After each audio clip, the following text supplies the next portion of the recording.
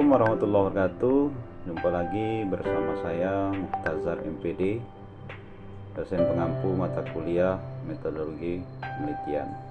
Baik, para mahasiswa dimanapun berada, saya akan menyampaikan tips bagaimana mencari atau menentukan masalah yang bisa diangkat menjadi sebuah penelitian atau topik.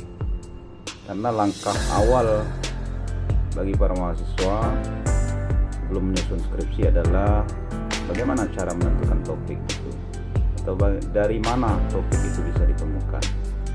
Seringkali para mahasiswa merasa kesulitan ketika di semester akhir telah tiba waktunya untuk menyusun skripsi, maka akan kewalahan ketika menentukan topik. Karena itu berikut ini beberapa hal yang bisa dijadikan solusi dari mana sumber masalah itu. Karena calon peneliti harus cermat, harus tanggap, harus peka terhadap kesenjangan-kesenjangan yang ada di lingkungan sekitar untuk dijadikan topik penelitian. Karena hakikatnya masalah itu ada kalau terdapat kesenjangan antara harapan dan kenyataan. Sebagai contoh, harapan semua guru bahwa siswa dapat mudah menyerap materi yang disampaikan oleh guru. Namun kenyataannya masih banyak siswa yang sulit mengerti. Tentunya itu adalah sebuah masalah. Berikut dari mana sebenarnya sumber masalah penelitian itu bisa ditemukan. Pertama, mahasiswa harus banyak-banyak membaca, karena masalah itu bisa ditemukan dari bacaan. Bacaan apa yang bisa dibaca? Tentunya bacaan yang berhubungan dengan penelitian.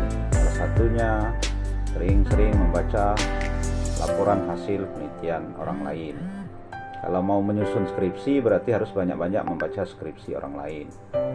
Karena hakikatnya penelitian yang baik itu memuat rekomendasi untuk para peneliti lain dalam melakukan penelitian. Selain membaca skripsi orang lain, juga membaca jurnal-jurnal yang berisi laporan hasil penelitian. Yang kedua, para mahasiswa juga harus sering ikut pertemuan-pertemuan ilmiah, karena hakikatnya dalam pertemuan-pertemuan ilmiah itu akan memunculkan masalah yang ingin dipecahkan.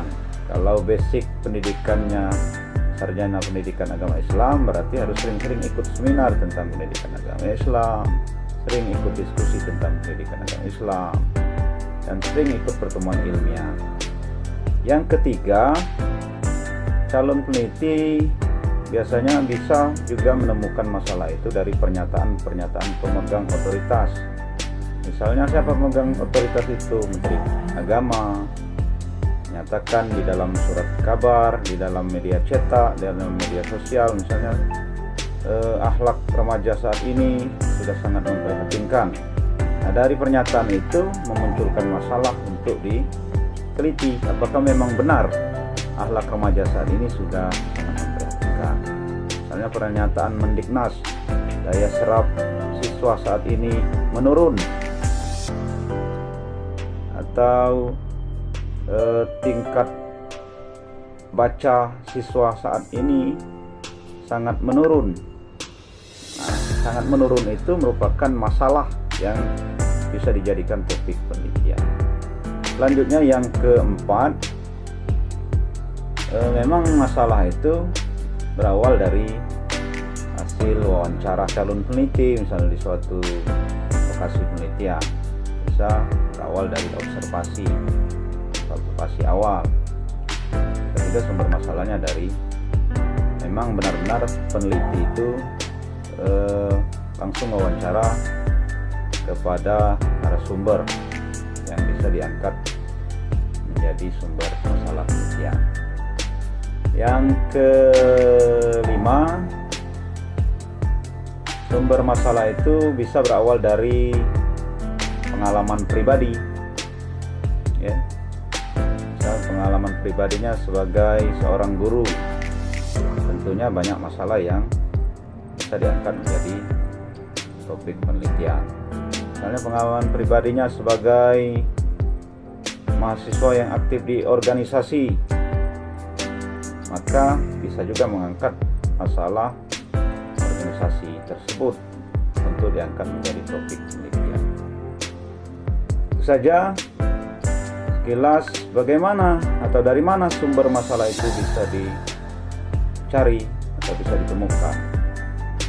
Artinya seorang calon peneliti harus peka, harus tanggap, harus cermat dalam menentukan dan memilih masalah yang bisa dijadikan topik penelitian. Sekian, terima kasih, semoga bermanfaat. Wassalamualaikum warahmatullahi wabarakatuh.